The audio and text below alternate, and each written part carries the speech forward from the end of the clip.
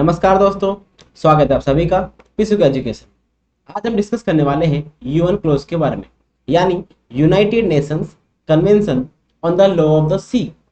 यानी United Nations जो हैगा उन्होंने एक कन्वेंशन किया था लॉ ऑफ द सी के। इसे एक तरह का समुद्र का हम कानून बोल सकते हैं। देखिए, इसको हम इसके दो और नाम से इसको बुलाते हैं, जैसे law of the sea convention और दूसरा है law of the sea treaty. देखिए, जो कन्वेंशन हुआ था वो 1982 में हुआ था और मतलब स्थापना इसकी 1982 में हुई थी और ये लागू कब से हुआ है? 1994 से ये लागू हो चुका है। ये एक तरह का अंतर्राष्ट्रीय संधि है जो समुद्र में जो संसाधन होते हैं और जो समुद्री पर्यावरण होता है उसका संरक्षण करता है और समान उपयोग के लिए इसको सुनिश्चित करता है। और भारत ने इस पे कब साइन किए थे? 1995 में किए थे। मतलब 1995 में भारत यूएन क्लोज का सदस्य बन गया था। देखिए, इस समय वर्तमान में प्रेजेंट समय में 195 कंट्रीज हैं, इसमें से 44 क्या है? लैंडलॉक कंट्री है। देखिए, जो कन्वेंशन हुआ था उसके अंदर 167 कंट्रीज थी और जिन्होंने इस कन्वेंशन को रेटिफाई किया था। यानी 164 कंट्री कहाँ की थी? वो यूएन की थी। जो यूएन के मेंबर थे वही इसी कन्वेंशन में आ गए थे। वो कितने थे? 164 थे। और जो तीन और जो थे वो कौन से थे? वो पैलेस्टीन थे, कुक आइलैंड और न्यू द्वीप। अब आप सोच रहे होंगे कि ये कुक आइलैंड कहाँ पर है, ये न्यू द्वीप कहाँ पर है, तो इसको हम आगे भी आपको बताते हैं कि कहाँ पर है। देखिए, जो एग्रीमेंट हुआ था यूएन क्लोज का, उसके अंदर सिर्फ 151 स्टेट ने इस एग्रीमेंट को रेटिफाई किया था, जिसमें से इजिप्ट ने और सूडान ने और यूएसए ने इस जो एग्रीमेंट हुआ था उस पर साइन नहीं किया। देखिए, अभी मैंने बात की थी कि जो कुक आइलैंड था और जो न्यू आइलैंड था वो कहाँ पे था। तो देखिए, ये है अमेरिका, ठीक है, ये है ऑस्ट्रेलिया और ये है पैसिफिक ओशन और इसी के अंदर है कुक आइलैंड। ये एकदम मान लेते हैं ये बीच में हैगा, इसके जस्ट नीचे आओगे तो यहाँ मिल जाएगा आपको कुक आइलैंड।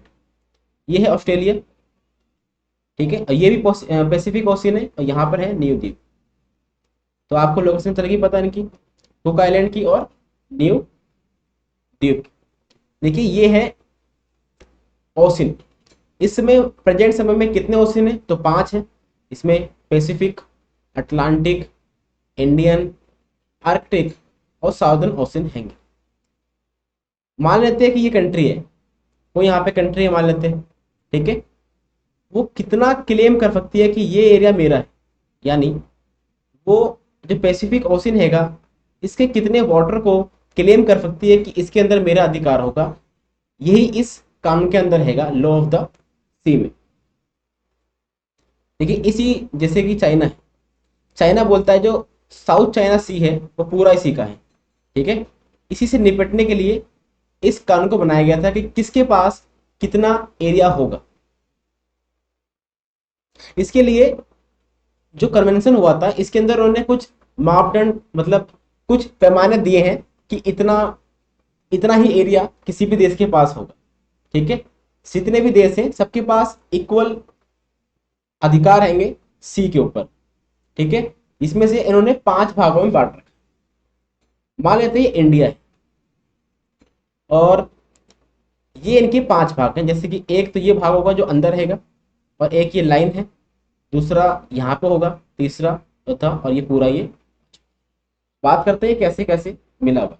देखिए, जो भी तट रेखा होती है वो एकदम सीधी रेखा नहीं होती, वो मतलब टेढ़ी मेढ़ी होती है। अगर हम बात करते हैं कि कहीं से हमें क्या करना है, कितना किलोमीटर दूर हूं मैं इससे, मान लो तो मैं यहाँ पर हूं, मैं सी के अंदर, मेरी सिर्फ यहाँ पर है और मुझे पता करना है कि मैं कितना दूर हूं इस देश से। तो मैं कैसे पता करूंगा? यहां से पता करूं कि यहां से पता करूं? तो इसीलिए एक लाइन खींच दी जाती है इक्वल, इसी को हम बोलते हैं आधार रेखा, बेस लाइन, ठीक है। इसी को क्या बोलते हैं? आधार रेखा। और जो इसके अंदर वाटर होगा उसको बोलते हैं आंतरिक जल। तो जो तट होगा, जैसे ये तट है और जो आधार रेखा होगी, ये आधार रेखा है, इसके अंदर जो वाटर होगा उसको हम बोलेंगे आंतरिक जल। जैसे ये इंडिया है और जो रेड रंग से आपको दिखाई दे रहा है ये क्या है, ये आधार रेखा यानी बेस लाइन, और जो इसके अंदर है ये क्या है, ये है आंतरिक जल। जो दूसरी लाइन है उसको बोलते हैं टेरिटोरियल सी, प्रादेशिक समुद्री सीमा। देखिए ये है बेस लाइन और ये है प्रादेशिक समुद्री सी, और ये कितनी दूरी पे है, कितने किलोमीटर पे होगा, तो ये है 12 नॉटिकल मील्स, ठीक है, 12 समुद्री मील। और इस पे अधिकार क्या होगा, इस पे मान लेते हैं किसी भी देश की आधार रेखा है, मान लेते भारत की ही है, तो भारत का इस पे संपूर्ण अधिकार होगा। यानी भारत इस सी के अंदर, इस एरिया के अंदर 12 नॉटिकल मील्स के अंदर कुछ भी कर सकता है, जो भी इसकी इच्छा हो। और इसके अंदर कोई भी अदर कंट्री की शिप बिना इंडिया की इजाजत के इसके अंदर प्रवेश नहीं कर सकती है। अगर ऐसा कोई करता है तो भारत के पास या फिर कोई भी और जो दो देश होगा उसके पास ये अधिकार होगा कि वो उसे बिना किसी चेतावनी के उसको मतलब उड़ा सकता है बम से, ठीक है। वैसे वो करते नहीं है ऐसा, कौन करते हैं पहली बार, लेकिन एक बात कहते हैं कि अधिकार की बात करते हैं तो अधिकार हैगा उनके पास, ठीक है। मान लेते हैं कि कोई दूसरी कंट्री है और उसकी जो शिप है वो इस एरिया में आ गई और भारत को ये अच्छा लगा नहीं, तो भारत इसके ऊपर अटैक कर सकता है बिना उसको वार्न करे, लेकिन ऐसा होता नहीं। देखिए जो तीसरी लाइन है, यानी चौथी बोल सकते हैं इसको, ये है कॉन्टिजियस जोन। ये हमारा क्या है, ये है आधार रेखा, और ये क्या है, ये है टेरिटोरियल सी, और ये है कॉन्टिजियस जोन। अब ये कितनी दूरी पे है, देखो जो ये है, जो हमने से पहले बात की थी, जो टेरिटरी सी था इसकी जो दूरी थी 12 नॉटिकल मील, सेम वही दूरी यहाँ से इसकी कितनी है, 12 नॉटिकल मील। अगर हम आधार रेखा से देखते हैं तो इसकी दूरी कितनी है, 24 नॉटिकल मील, ठीक है। 12 और 12 कितने हो गए, 24 नॉटिकल मील। अब बात करते हैं कि इसके अंदर किसी भी देश के पास क्या अधिकार होंगे। तो मान लेते हैं कि किसी के पास कोई भी अदर कंट्री की जहाज या फिर कुछ भी इसके अंदर आता है, तो जो जिस कंट्री के पास ये अधिकार होंगे तो उसे क्या होगा, वसूली करने का अधिकार होगा, ठीक है।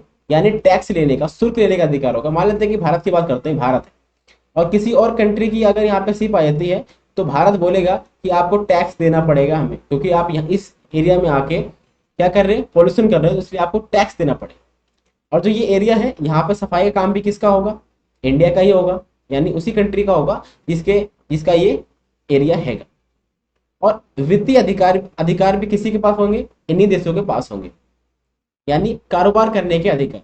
मान लेते हैं फिश पकड़ने का अधिकार किसे होगा, अब मान लेते हैं कि ये एरिया हैगा इंडिया का, और कोई और देश की शिप आके यहाँ पर अगर फिश पकड़ती है तो अच्छी बात नहीं है। इसलिए फिश पकड़ने का अधिकार और सफाई करने का अधिकार और सीमा शुल्क अधिकार ये सारे उसी देश के पास होंगे जिसके ये हैंगे, ठीक है। बात करते हैं एक्सक्लूसिव इकोनॉमिक जोन की, इसको बोलते हैं EEZ, एक्सक्लूसिव इकोनॉमिक जोन। देखिए ये होता है 12 नॉटिकल मील, ये भी 12 नॉटिकल मील, ठीक है। और अगर बेस लाइन से बात करें तो ये कितना होता है, 200 समुद्री मील या फिर 200 नॉटिकल मील। अब इसके अंदर क्या क्या अधिकार होते हैं, तो देखिए सबसे पहला आएगा कि इस एरिया के अंदर, यानी जो ये एरिया हैगा, इसके अंदर हम नए द्वीपों का निर्माण कर सकते हैं। जितने भी नए नए आइलैंड, आपको पता होगा कि ऐसी बहुत सारी कंट्रीज हैं जिन्होंने जो आर्टिफिशियल आइलैंड होते हैं उनका निर्माण किया है। तो वैसे ही हम इस जो हमारे पास ये एरिया हैगा इसके अंदर ही हम कहीं पर भी किसी नए द्वीप का निर्माण कर सकते हैं। देखिए वैज्ञानिक परिश्रम करने का अधिकार होगा। मान लेते हैं इंडिया का तट हैगा, तो इंडिया के पास जो ये 200 नॉटिकल मील हैगा इसके अंदर कहीं पर भी वो वैज्ञानिक परिश्रम कर सकता है, ठीक है। बात करते हैं प्राकृतिक संसाधनों के दोहन का संपूर्ण अधिकार। अब यहाँ पे मान लेते हैं कि पेट्रोल का बहुत ज्यादा भंडार है, तो इसे कौन निकाल सकता है, तो इसे कौन निकाल सकता है, इंडिया निकाल सकता है, क्योंकि वो इसी का एरिया हैगा, ठीक है। तो कौन कौन से अधिकार हो गए? तो नए द्वीप बना सकते हैं, वैज्ञानिक परीक्षण कर सकते हैं, और प्राकृतिक संसाधनों के दोहन का संपूर्ण अधिकार होगा। देखिए जैसे ये हैगा अरेबियन सी, और ये 200 नॉटिकल मील के अंदर ही आता है, और ये है बॉम्बे हाई। ठीक है, इस जगह से जो ये जगह है, ये बॉम्बे हैगा, बॉम्बे द्वीप। यहाँ से कितनी दूरी पे है? तो ये 160 किलोमीटर वेस्ट में हैगा। तो ये ईस्ट होता है, ये वेस्ट होता है, तो वेस्ट में ही हैगा। और जितना भी इंडिया में पेट्रोल प्रोड्यूस होता है, 60% से ज़्यादा सिर्फ इसी एरिया से प्रोड्यूस हो जाता है। और ये भी हमारे कहाँ आता है? एक्सक्लूसिव इकोनॉमिक जोन में।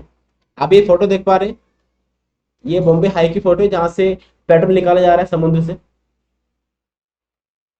देखिए हाल ही में क्या हुआ था कि जो यूएन की वॉरशिप थी वो हमारे ईईजेड में आ गई थी, यानी एक्सक्लूसिव इकोनॉमिक जोन के अंदर प्रवेश कर गई थी, बिना इंडिया के इसके कंसर्न के, बिना कंसेंट लिए, मतलब बिना राय लिए, हमारी बिना हमसे पूछे वो एंटर कर गई। देखिए ये इंडियन एक्सप्रेस का आर्टिकल है, US warship stars on water without Indian consent.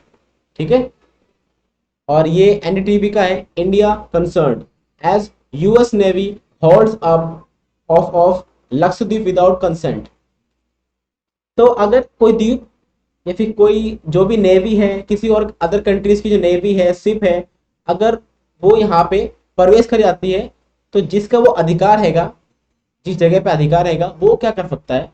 तो वो जाके किसी जो इंटरनेशनल कोर्ट होते हैं वहां पे जाके क्या कर सकता है? केस कर सकता है। जैसे अगर कोई यूएन क्लोज से रिलेटेड केस होता है तो हम कहाँ जाएंगे? इंटरनेशनल सी बैड अथॉरिटी जा सकते हैं, वहां पर जाके हम केस कर सकते हैं कि ये बिना हमसे पूछे हमारे एरिया में प्रवेश कर गए थे।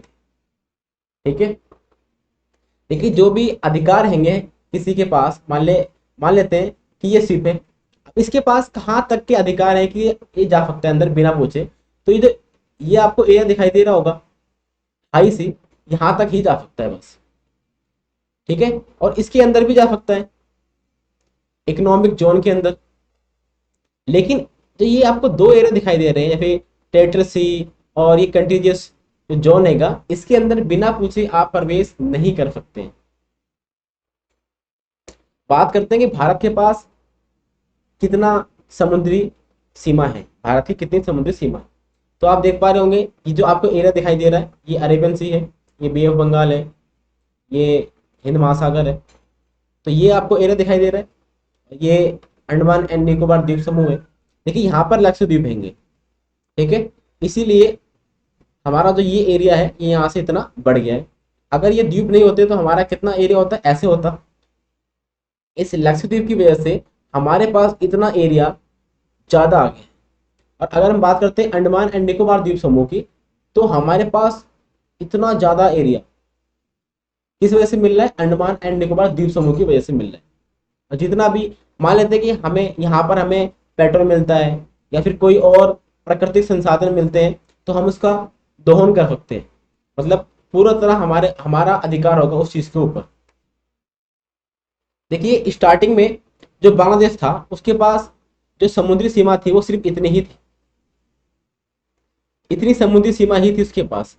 लेकिन वो क्लेम करने लगा कि हमारा इतना अधिकार बनता है, मतलब वो जो ये समुद्री सीमा किसकी है? भारत की है, और ये म्यांमार की है। वो क्लेम करने लगा कि ये और ये एरिया हमारा है। अब उसने केस कर दिया इंटरनेशनल कोर्ट में। तो इंडिया ने और म्यांमार ने अपना थोड़ा थोड़ा एरिया दे दिया, और इस समय जो बांग्लादेश का जो समुद्री सीमा है वो कुछ इस प्रकार से, ये जो आपको एरिया दिखाई दे रहा है ये है बांग्लादेश की समुद्री सीमा। देखिए जैसे चाइना बोलता है कि जो साउथ चाइना सी है वो उसी का है। अब वो 9 लाइन के हिसाब से चलते हैं। वो बोलते हैं कि जो पता नहीं कब की बात है, 1950 प्लस की बात है, कि उन्हें कोई मैप मिला था और उसके अंदर ऐसी 9 डॉट लगे हुए थे, जिसको वो 9 लाइन बोलते हैं, और बोलते हैं कि ये सारा एरिया किसका है? ये चाइना का ही एरिया है, चाइना का अधिकार होगा इस पे। बात करते हैं कि ऐसा कारण क्या है, चाइना इतना क्लेम क्यों करता है? देखिए 33% ट्रेड, जो भी समुद्री ट्रेड होता है उसका 33% ट्रेड होता है वो इसी रास्ते से होते हुए जाता है। और जो ये एरिया है साउथ चाइना सी, यहाँ पर फिशिंग बहुत ज़्यादा होती है। जो यहाँ पे नॉर्थ ईस्ट कंट्रीज हैं उनका प्रोटीन के लिए बहुत ज़्यादा वो उपयोगी हैं फिशिंग के लिए। और जो साउथ चाइना सी है वहाँ पर रिसोर्सेज का भंडार है, इतना ज़्यादा भंडार है कि अभी उसका दोहन अच्छी तरह से हो भी नहीं पा रहा। तो बात करते हैं कि जो साउथ चाइना सी है वो सबसे बड़ा समुद्र भी है। देखिए महासागर की बात नहीं हो रही है, महासागर की बात होगी तो वो कौन सा होगा, तो प्रशांत महासागर होगा, पैसिफिक ओशियन होगा। लेकिन हम बात कर रहे हैं समुद्र की, तो सबसे बड़ा समुद्र है साउथ चाइना सी। अब समुद्र होता क्या है, देखिए समुद्र यानी महासागर का ही भाग होता है, लेकिन जो किसी किसी तट से लगता है। मान लेते हैं कि ये हैगा हिंद महासागर और यहाँ पर कोई तट हैगा और यहाँ से हिंद महासागर का ही बॉर्डर यहाँ पे लग रहा है, तो यहाँ पे इसके नाम रख देंगे, इसको हम बोलेंगे समुद्र या फिर सागर। तो ये पूरे वर्ल्ड का सबसे बड़ा सागर है, समुद्र है या फिर सागर दोनों। देखिए इंडिया जो चाइना है उससे सब लोग तंग है। चाइना क्या करता है कि बहुत ज़्यादा लेवल पे बड़े मात्रा में क्या करता है, फिशिंग कर लेता है। वो सिर्फ अपने ही एरिया में नहीं करता है, वो अदर कंट्रीज के जो समुद्री सीमा होती है उसके अंदर जाता है। जितना अदर कंट्री 4 महीने में 5 महीने में जो फिश निकालती है उतनी वो क्या करता है 1 दिन 2 दिन 3 4 दिन के अंदर उतनी फिशिंग कर लेता है। अब वो करता है कैसे, देखिए वो बहुत बड़े बड़े जहाज़ों को इस्तेमाल करता है। लेकिन जहाज़ों में होता क्या है कि ये लोग मछली पकड़ते हैं, मछली पकड़ने के बाद जो भी प्रोसेसिंग होती है, यानी जो भी आप एक तरह की मान सकते हैं कि फैक्ट्री एक तरह की, इसके अंदर यहाँ से ये लोग क्या करते हैं, यहाँ से डाल लेते हैं मछलियों को, अंदर कटाई सफाई पैकेजिंग लेबलिंग सब कुछ इसी के अंदर सारा काम हो जाता है। और जो भी कुछ ये पकड़ते हैं उसको वापस पानी के अंदर नहीं फेंकते, चाहे वो कोई भी चीज़ हो वो ये लोग खा जाते हैं, चाहे कोई भी चीज़ हो। इस चीज़ से पूरा वर्ल्ड तंग है। देखिए आप कुछ भी देख लीजिए, ये लोग कुछ नहीं छोड़ते हैं, सांप बिच्छू कुछ भी एनीथिंग ये हर चीज़ खा लेते हैं। तो आई होप आपको समझ में आया होगा। Thank you for watching.